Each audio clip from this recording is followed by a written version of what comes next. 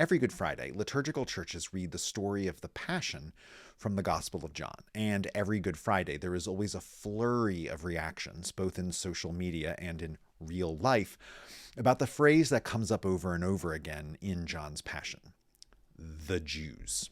In the 20th chapter of John, we find the disciples in the upper room with the doors and windows locked in, quote, fear of the Jews. This is just one of many examples of the phrase in John's Passion.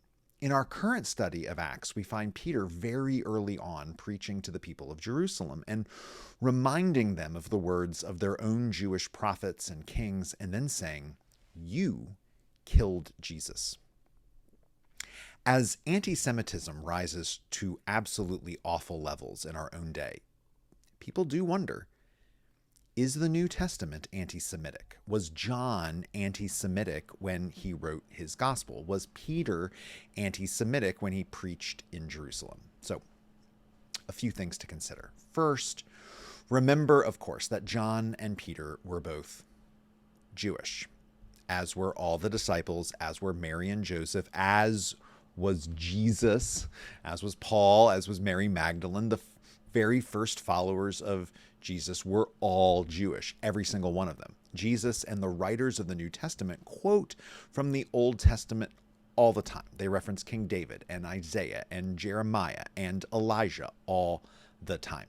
You can't separate out Jesus or the earliest Christian movement from first century Judaism. So if they are critical of Judaism, they are doing so as people who are within Judaism. It's one thing for me to be critical of my own family. It's another thing entirely for me to go to your house and be critical of your family. Any criticism that they have is with people who are within their own family. Second, when the New Testament was being written, there was great tension between the early church and the Jewish religion.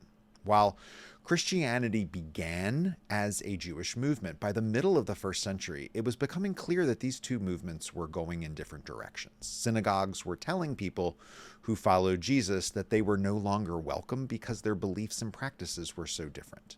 Christians who had grown up inside of Judaism were turning away from synagogues and the temple and their own Jewish families. In the year 70, the whole region was turned upside down when the Romans destroyed Jerusalem and the temple. And, that just certainly didn't help the tensions at all either. So when the New Testament is critical of Judaism, remember that it was written at a time of great turmoil and friction between the two camps as they are trying to, figure everything out. Finally, there's a movement within modern biblical translation to swap out the Jews for the Judeans, which is actually what the Greek text says anyway. How did we get the word Jews? Well, it comes from one of the 12 sons of Jacob, whose name was Judah. When the nation splits north and south after the reign of King Solomon, the northern kingdom is called Israel and the southern kingdom is called Judah. Judah eventually gets shortened to Jew as language developed. And it describes a people every bit as much as it describes a religion. In the beginning of the second chapter of Acts, on the day of Pentecost, we hear of all these people hearing the apostles speak in their own languages: Arabs and Cretans and Parthians and Medes and Judeans. It's softer on our modern ears, I think, to be critical of Judeans than the Jews. And it's also more faithful to the actual Greek.